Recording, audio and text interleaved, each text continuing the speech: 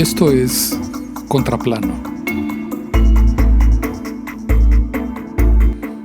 Normalmente cuando hablamos de una película, no hablamos de los lugares donde se grabó, sino de la historia que narra. Pero eso es justo lo que les propondré aquí en Contraplano, Cine y Ciudad. Que aprendamos a observar con detenimiento los lugares donde se filmó una película, para apreciar las revelaciones documentales que cualquier ficción siempre incluye. En este episodio viajaremos a la ciudad de Londres, para entender la manera en que el famoso director Stanley Kubrick imaginó y escenificó en esa ciudad La Naranja Mecánica, una película que transformó la arquitectura inglesa más celebrada de la década de los 60 en una distopía totalitaria.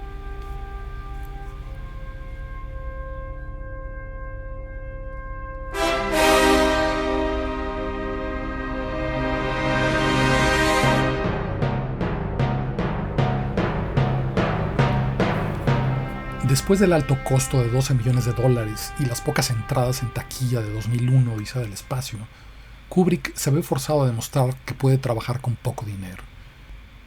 La construcción de enormes escenarios al interior de los estudios de Pinewood en Inglaterra representó la parte sustantiva del enorme presupuesto de 2001, así que para su siguiente proyecto, Kubrick decide grabar su película en exteriores y cerca de su casa, a las afueras de Londres, para reducir el coste de producción al mínimo.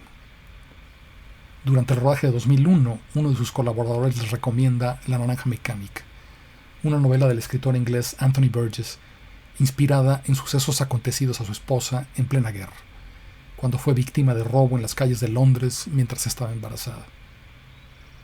Pero creo que lo verdaderamente notable de la novela es la manera en que Burgess subvierte su propia historia, haciendo de su protagonista no la víctima de un violador, sino el violador mismo, para luego someterlo a una serie de horribles experimentos que buscan controlar la violencia en su interior. Tan horribles que casi todos los lectores de la novela acaban sintiendo empatía por él, a pesar de que ha cometido crímenes verdaderamente atroces. Burgess explicó que el título proviene de una vieja expresión que escuchó en los bajos fondos londinenses, "as queer as a clockwork orange", que podría traducirse como tan raro como una naranja de relojería. Pero otra versión es que a Clockwork Orange alude en realidad a otra palabra, orang, un vocablo de Malasia, donde Burgess vivió durante años y que se traduce como persona. Según esta lectura, lo que el título de la novela sugeriría es el hombre mecánico, una máquina que puede programarse para desempeñar cualquier tarea, pero siempre al costo de quitarle otras funciones. Kubrick lee la novela y, seguro de haber encontrado el tema que buscaba para filmar en Londres, compra rápidamente los derechos y por primera vez emprende en solitario la escritura del guión. Pasa luego 10 semanas arrancando páginas de la revista inglesa Architectural Design en busca de locaciones cercanas que puedan servirle para sugerir el opresivo futuro urbano que la novela plantea.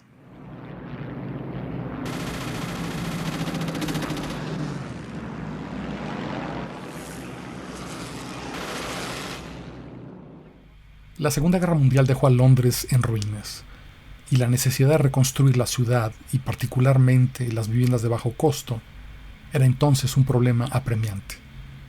Los arquitectos estaban listos, claro, con sus utopías sociales, y el gobierno inglés rápidamente promulgó leyes para regular la propiedad en condominio.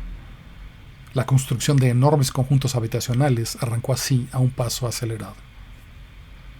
Las famosas unidades habitacionales del arquitecto francés Le Corbusier, auténticos transatlánticos de concreto armado para 3.000 habitantes, fueron algunos de los primeros modelos que comenzaron a reproducirse masivamente en Londres, y en México, el arquitecto Mario Pani comenzó a implementarlos en el multifamiliar Presidente Alemán y en el enorme enclave de Nonoalco-Tlatelolco. Esta masiva arquitectura, construida primordialmente con concreto armado, la piedra del siglo XX, dicen los críticos, se impuso por la rapidez de ejecución y por la economía que representaba en los proyectos de gran escala. Y pronto recibiría el nombre de Brutalist, un apodo muy descriptivo que auguraba los problemas que pronto surgirían con la construcción de estos faraónicos conjuntos. Y esa es precisamente la historia de Thamesmead, un conjunto habitacional para 60.000 personas, construido en las afueras de Londres, siguiendo los cánones de la arquitectura brutalista, por políticos ingleses que lo describían como una utopía.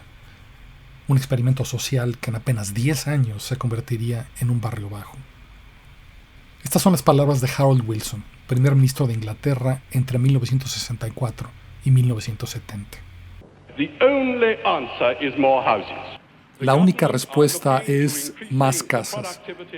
Mi gobierno buscará aumentar la productividad de la industria de la construcción y estamos basando todos nuestros planes para que en los próximos 5 años alcancemos y mantengamos una meta de 400,000 casas al año. Pero la violencia que se apoderaría de Thamesmead parece haber estado presente en el imaginario de Kubrick mucho antes de que lo eligiera como un sitio central de su nueva película, ya que si observamos 2001 y La Naranja Mecánica, una detrás de la otra, notaremos que la primera termina con el rostro de un ser humano en estado fetal, que representa la evolución de nuestra especie, mientras que la otra inicia con un acercamiento similar, pero mostrando el rostro de un joven que encarna los peores impulsos y apetitos de la raza humana. Ese joven se llama Alex DeLarge, y es un sociópata carismático, líder de una pequeña pandilla a la que se refiere como sus droogs, que portan como uniforme camiseta y pantalón blanco con tirantes, protector testicular, botas y bombín inglés, y disfrutan la música de Beethoven, el sexo y la ultraviolencia. There was me, that is Alex, and my 3 droogs, that is Pete, Georgie and Dim. And we sat in the Korova milk bar trying to make up our razoo docs what to do with the evening. The Korova milk bar sold Milk Plus, which is what we were drinking. This would sharpen you up and make you ready for a bit of the old ultra-violence. Kubrick ubica la casa de la familia DeLarge en Thamesmead y renta y remodela un departamento en el piso 17 de una de sus torres para crear su hogar. Y su legendaria obsesión por los detalles, patente en la decoración de la habitación de Alex, es un ejemplo muy claro de cómo los escenarios en esta historia son también una expresión de sus personajes y una muestra tangible de su naturaleza violenta y lujuriosa. Con su exótica escultura de 4 Cristos que bailan al unísono en una línea de coro, su excéntrico tocadiscos ensamblado por el mismo ingeniero que diseñó las naves espaciales de 2001, su cubrecamas de motivos hexagonales que parecen senos de goma, y el enorme cajón repleto con el botín de los robos y una serpiente llamada Basil. Para el Instituto Ludovico, Kubrick eligió el recién terminado campus de la Universidad Brunel, al este de Londres, otro intimidante megarón de concreto, donde filmó la escena más memorable de la película, en la que reprograman el comportamiento de Alex, forzándolo con las pupilas permanentemente abiertas a ver la proyección de escenas violentas una tras otra, hasta desquiciarlo. La casa en la que Alex y sus droogs atacan al escritor Frank Alexander y en la que violan a su esposa mientras cantan Singing in the Rain es otro ícono de la arquitectura moderna. La casa Skybrick, diseñada por 2 jóvenes arquitectos que pocos años después saltarían a la fama internacional: Richard Rogers con el Centro Pompidou de París y Norman Foster, que décadas después diseñaría un aeropuerto para la Ciudad de México en el descartado proyecto de Texcoco. El diseñador de producción John Barry, que era un arquitecto con experiencia en diseño de escenarios, fue un colaborador imprescindible de Kubrick para lograr el perturbador efecto de todas estas locaciones en la película, ya que todo lo que vemos es suficientemente reconocible para hacernos sentir que la historia sucede en un futuro cercano, pero no tan lejano como para que se sienta más allá de nuestro propio alcance. Un futuro violento a la vuelta de la esquina y una atmósfera inquietante que combina lo fantástico con lo obsceno.